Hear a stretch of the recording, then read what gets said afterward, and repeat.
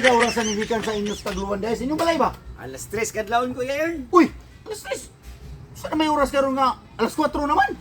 Ay, gabak lang biya Kuya Ern. Wa ba kita'y pamasahe mo sakay. Suso, agyo dahil ka nagsakay pagkaluuya kay nimo ba?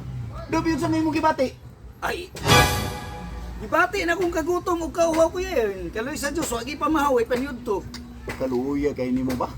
Timing sa kayo kay nakoy humba, nakoy kalderita dia.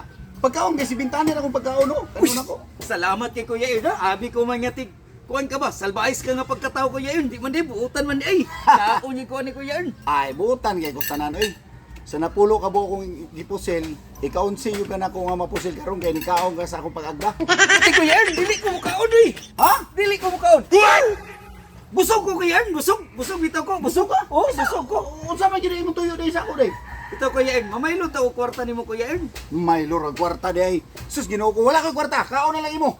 Kaon. Ah, dili ko Kuya Ern, dili ko. Sus, Busog kaon. lagi ko. Oo. Busog lagi ko Kuya Ern. Unsa naman ang Ikaw, kaon ba? busog ko. Busog lagi ko, busog.